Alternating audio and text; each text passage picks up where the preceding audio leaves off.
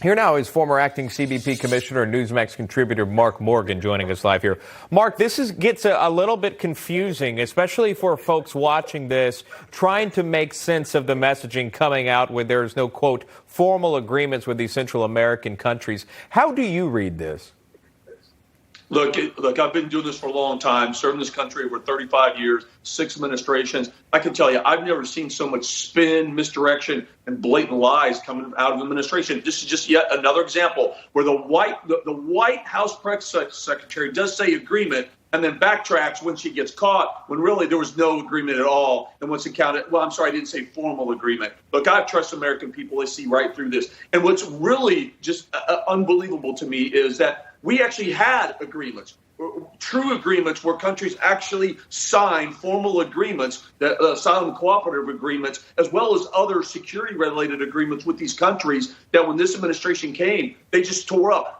I've personally been there, and I've seen the benefits of the agreements we had under the Trump administration, where there were checkpoints, where no checkpoints existed in Guatemala, where in the height of the crisis, we were seeing 40 to 50 large groups a day. And all of 2020, because of those agreements and cooperation, we had zero. That is what we had under the Trump administration. And this administration, with the stroke of a pen, got rid of all the true agreements. Mark, is the issue in Central America? It seems as if this is what's being pumped out of this administration, and to attack the issue on the border, it seems that there's this jump to Central America. Is that where the full problem is? Does that stop the problem, in your opinion?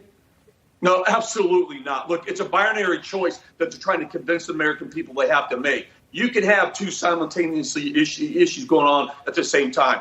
Make no mistake, we have a crisis on our southwest border because of our broken immigration system and laws and this administration policies, while at the same time, there are issues in the Northern Triangle country. But what I find, again, just more hypocrisy. They want to talk about Vice President Harris going down there and talking about the root causes. Look, we've known what the root causes are for 40, 50, 60 years or more. They're not going to find anything new that we didn't already know. But we can't have an impact as long as our borders are open, our laws are broken, our policies encourage, incentivize, and facilitate illegal entry. I don't care what you do in the Northern Triangle countries. If you're telling people you make it to our border, we're going to let you in, never to be heard from again, they're going to keep coming. Well, that's the question that folks have is, where do these folks go? Where do these kids go? Where does the mom and the dad go? Okay, you're letting anybody over here. You're raising the cap to allow anyone to come over. You put them in these facilities, which, by the way, are not following CDC guidelines. Dr. Fauci on that one. Where do they go after this, Mark?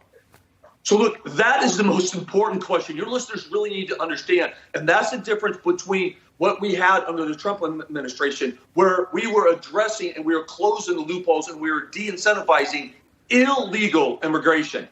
What's happening here is not only incentivizing it, but the Biden administration is facilitating. The folks that are coming across now, the unaccompanied minors, the families, they're being released into the interior United States. They're coming to every city and town at taxpayers' expense, never to be heard from again. So not only have we created reception centers at the front end, releasing people as they come here illegally, but then we stopped ICE 90% of their interior enforcement authorities, so they're going to remain here illegally. So you don't have to be a rocket scientist to understand what's causing the mass crisis level numbers we have, because they know once again they get to our borders, they're going to be released, never to be heard from again. It's also telling as well for folks at home that are watching, understanding that cameras aren't allowed into these facilities, that reporters and journalists, they're not allowed into these facilities. Why? If this is government regulated, we are supposed to be the watchdogs, the fact checkers, the checks and balances, if you will, of these elected officials, and yet you're not allowed inside these specific areas.